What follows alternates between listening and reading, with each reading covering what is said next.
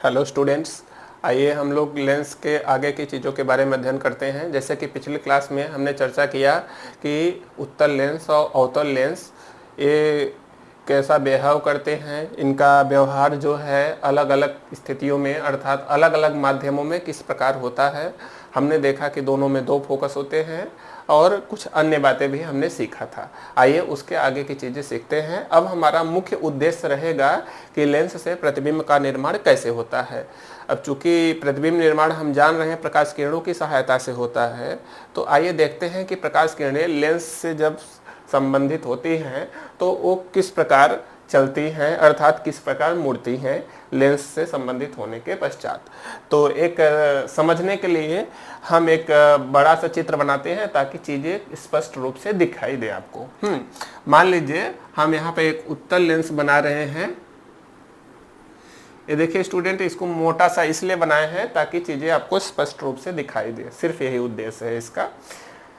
मान लीजिए उत्तल लेंस है, यहाँ ये है मुख्य अक्ष और हम जानते हैं कि जो बीचों बीच का बिंदु होता है उसको हम ऑप्टिकल सेंटर का नाम देते हैं, हिंदी में कहते हैं प्रकाशिक केंद्र।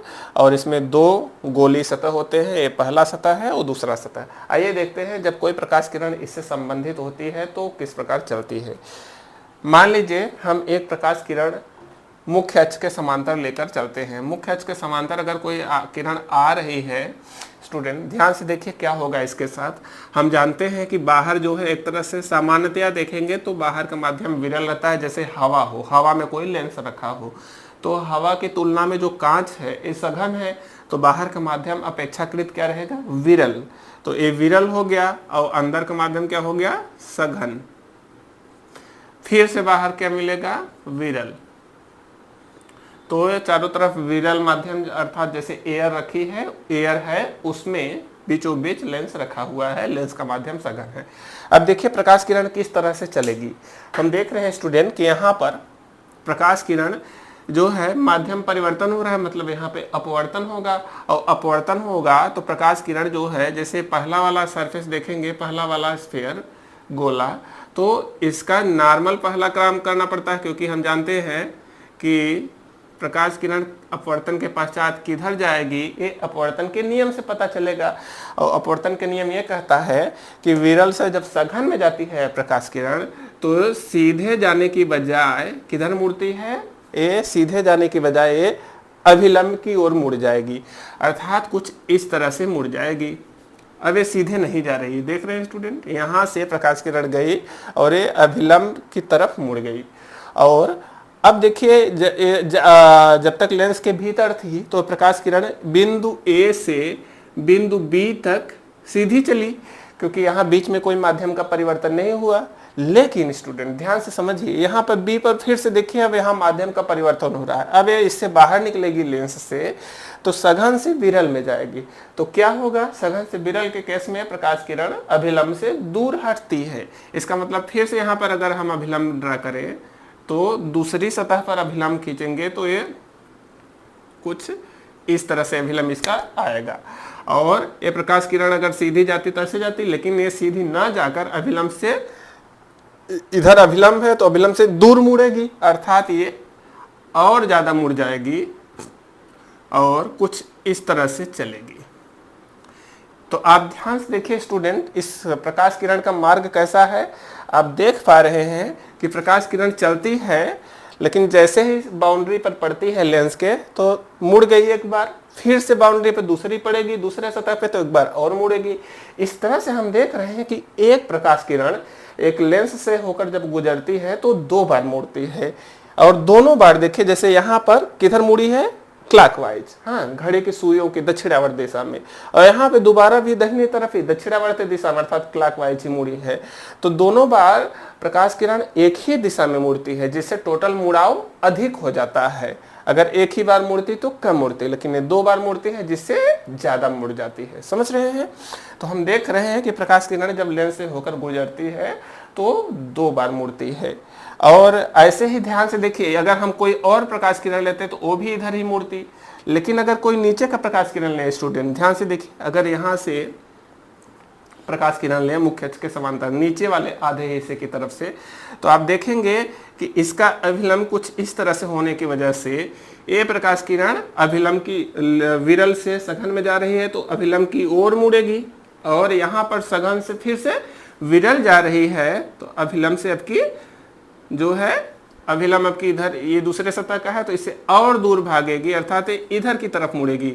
आप देख पा रहे हैं कि प्रकाश किरण नीचे वाली जो है, नीचे आधा का जो हिस्सा है, इसमें भी 2 बार मुड़ रही है, लेकिन इसके मुड़ने की दिशा उल्टा है। आप ध्यान से देखें तो प्रकाश किरण पतले वाले हिस्से से मोटे वाले हिस्से की तरफ मुड़ती है। ध्यान से देखिए, ये जा रही है तो इधर वाला हिस्सा पतला है तो मोटे हिस्से की तरफ ये मुड़ रही है, यहाँ जा रही है तो मोटा हिस्सा ऊपर की तरफ है तो ये ऊपर की तरफ मुड़ रही है। समझ रहे हैं स्टूडेंट?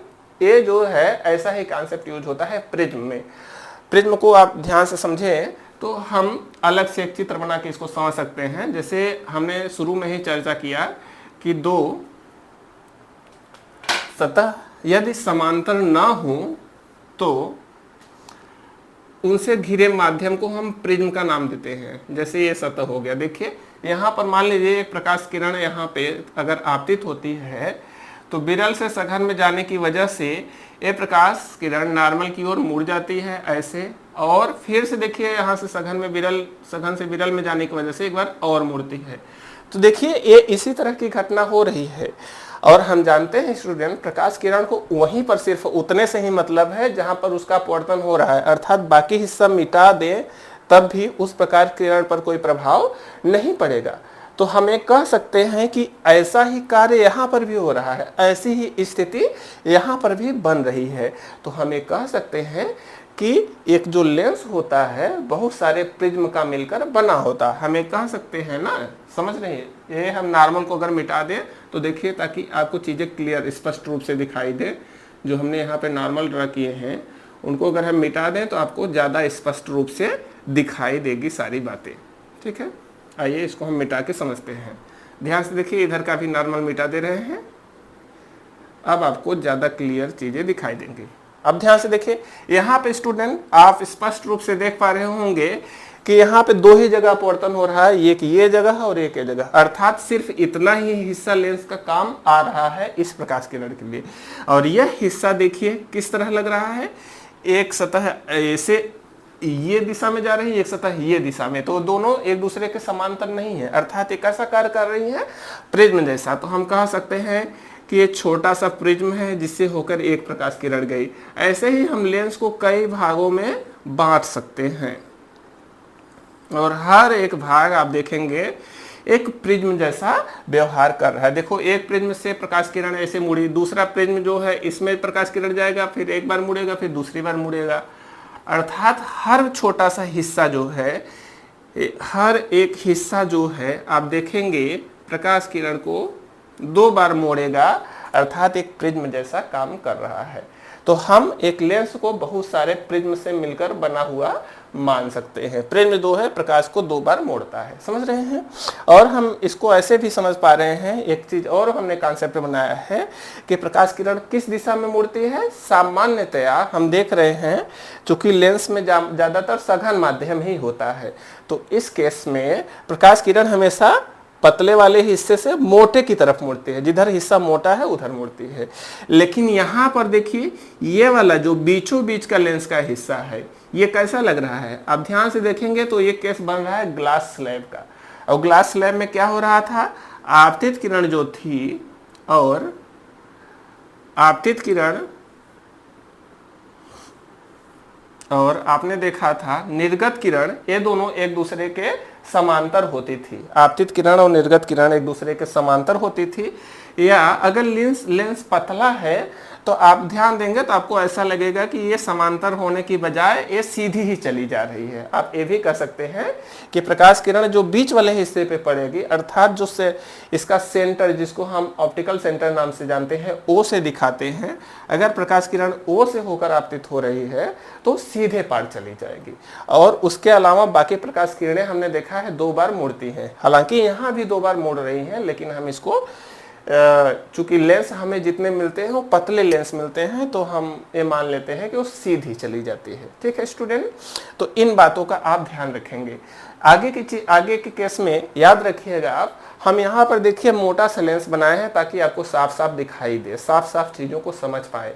लेकिन वास्तव में जब हम चित्र बनाएंगे आगे चलकर तो इस तरह का चित्र नहीं बनाएंगे। वहाँ पर हम लेंस पतला सा बनाएंगे और प्रकाश किरण यहाँ पे 2 बार जो मुड़ता हुआ दिखा रहे हैं ऐसे नहीं दिखाएंगे, समझ रहे हैं। जैसे फॉर एग्जाम्पल हम बात करें तो उत्तल लेंस के केस में हम प्रकाश किरण कहेंगे कि जैसे मुख्य अक्ष के समांतर कोई प्रकाश किरण आपतित होती है तो हम इसके बारे में जानते हैं कि ये कहाँ से होकर जाती है, फोकस से। तो हम डायरेक्ट बना देंगे कि इसको फोकस से मोड़ देंगे कि यहाँ पर अगर फोकस है तो ये फोकस से होकर जा रही है।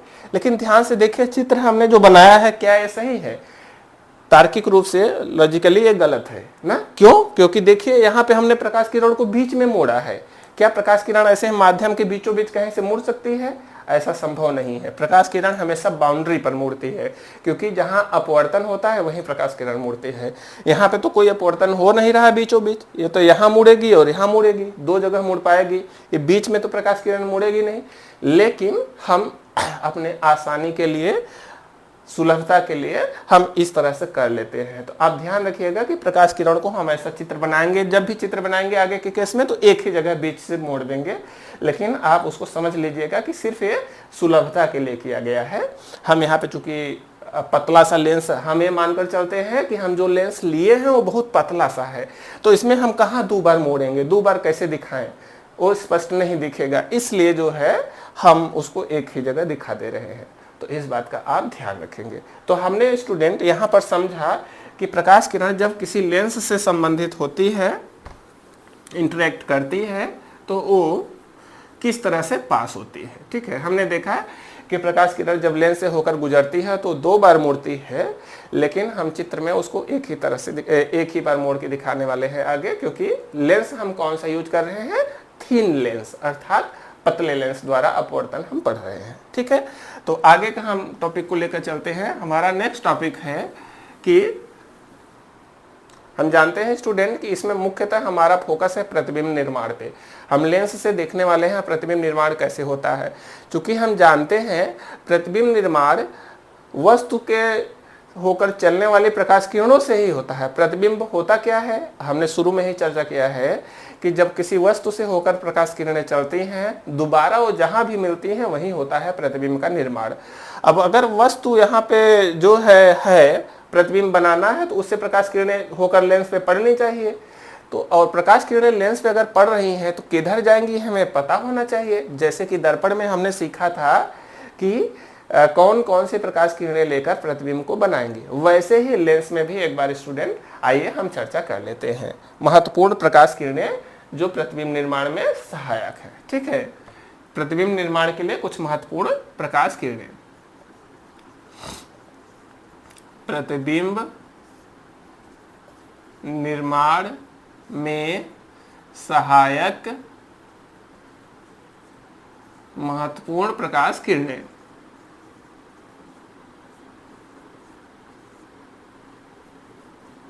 प्रकाश किरणें, important light rays to use, important light rays to form image।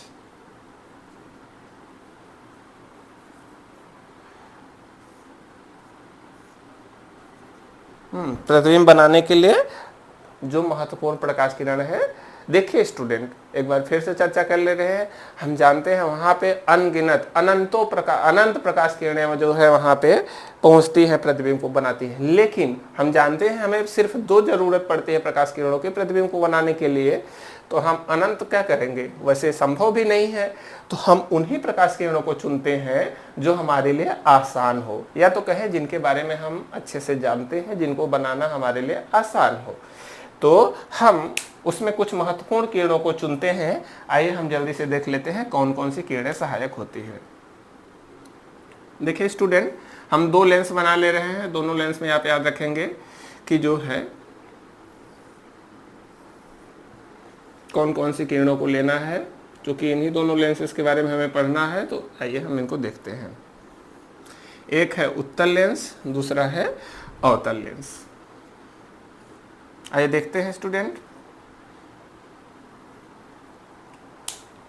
पहला देखिए, जैसा कि हम लोग वहां पे ले रहे थे दर्पण के केस में, पहले सबसे फोकस की डेफिनेशन वाली, फोकस की परिभाषा क्या है कि मुख्य अक्ष के समांतर चलने वाली किरणें फोकस पर मिलती हैं। या तो हम ऐसे भी कह सकते हैं कि मुख्य अक्ष के समांतर किरणें जहां मिलती हैं वही फोकस होता है।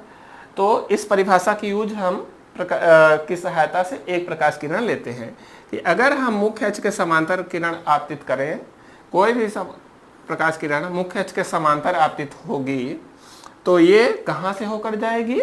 ये होकर जाएगी फोकस से। लेकिन ध्यान से देखिए स्टूडेंट, इस लेंस में और इस लेंस में कौन प्रकाश किरण किधर मुड़ेगी?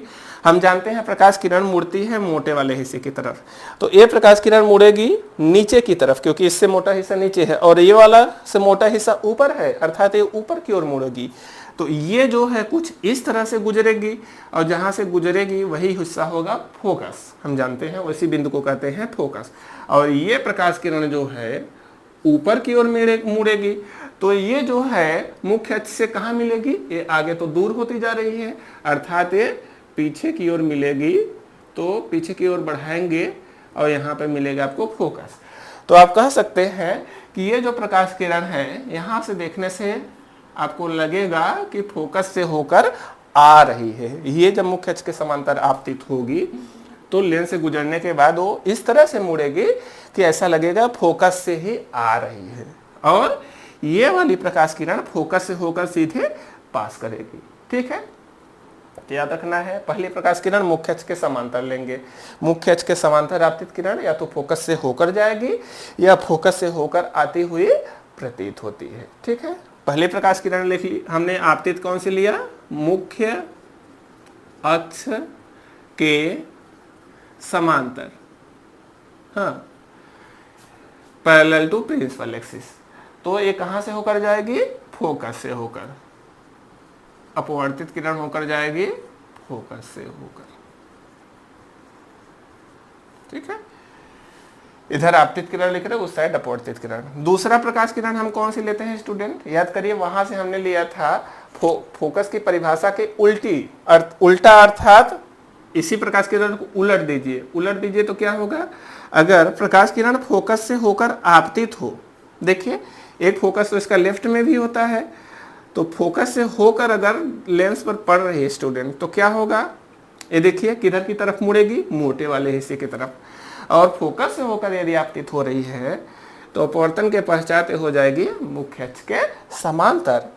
ये वाली देखिए, अगर फोकस से होकर आपतित हो रही स्टूडेंट, इसका जो है दूसरा फोकस, उसकी सीध में देखिए, ये फोकस है, इसकी सीध में अगर कोई प्रकाश किरण लेंस पर आपतित हुई तो इसको मुड़ना है मोटे वाले हिस्से की तरफ, तो मोटा वाला हिस्सा यहाँ पर नीचे है तो उसकी तरफ मुड़ेगी और फाइनली हो जाएगी मुख्य अक्ष के समांतर।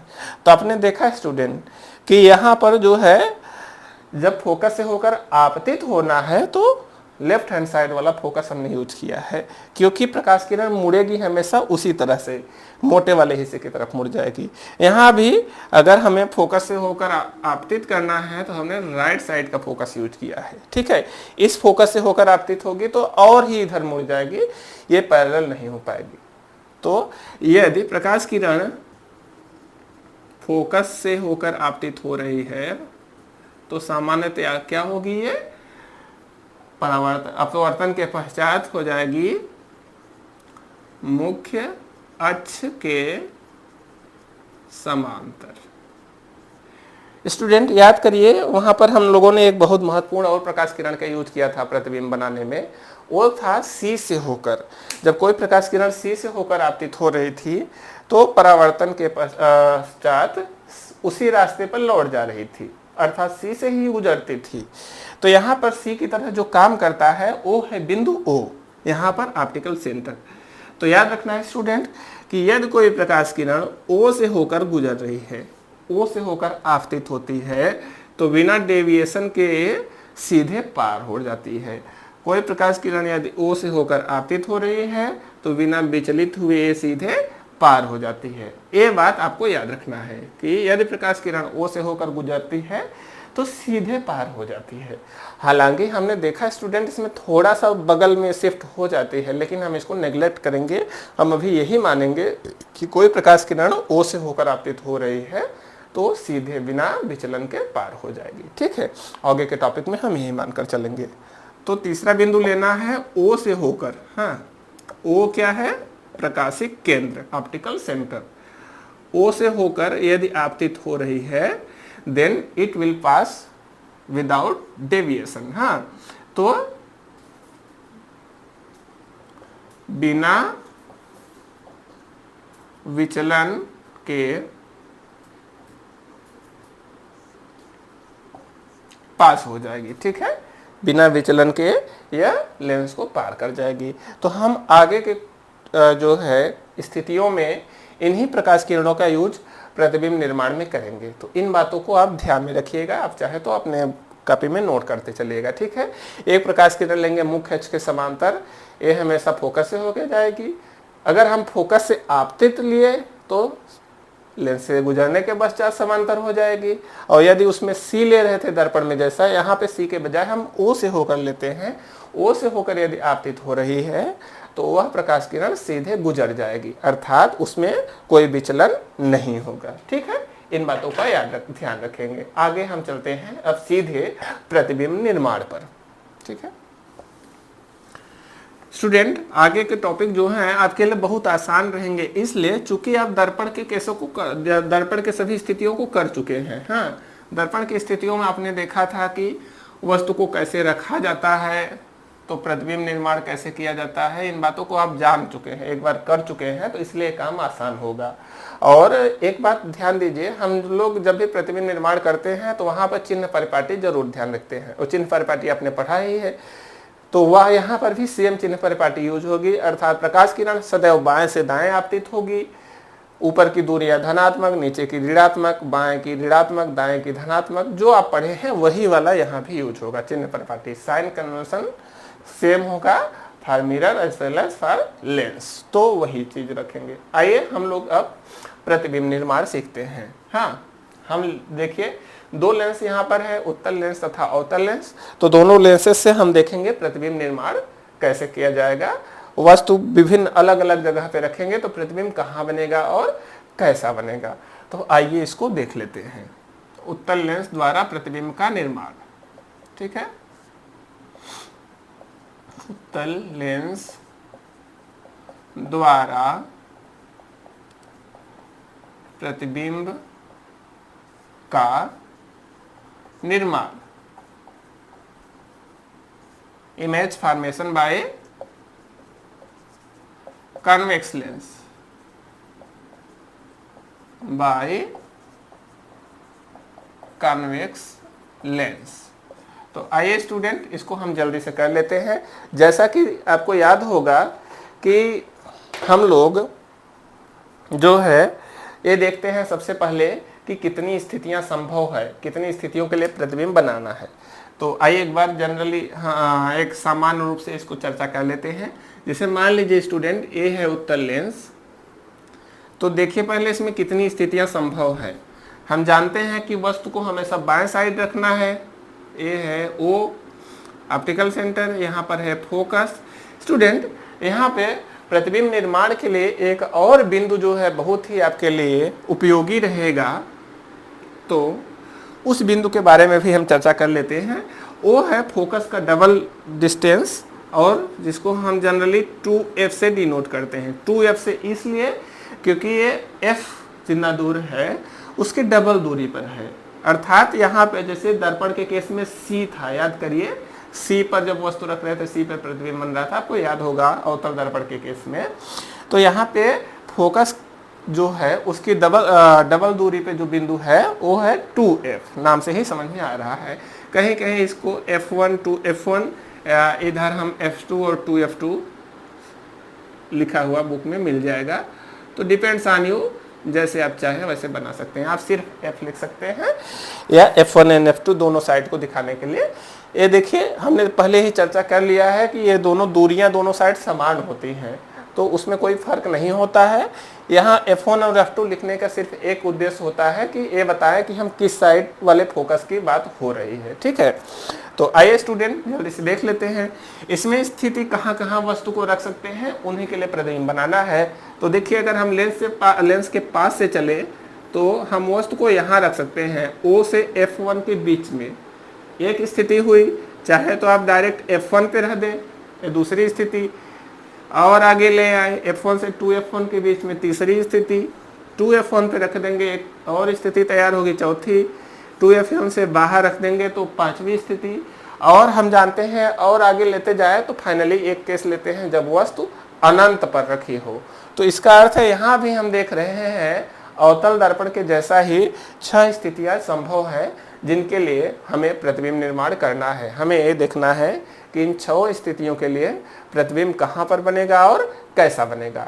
तो आगे के जो क्लास रहेगी हमारी उसमें हम इन्हीं सभी स्थितियों के बारे में चर्चा करेंगे। तो आज का क्लास यहीं तक रखते हैं, नेक्स्ट क्लास में हम सभी 6 स्थितियों के बारे में चर्चा करेंगे। धन्यवाद।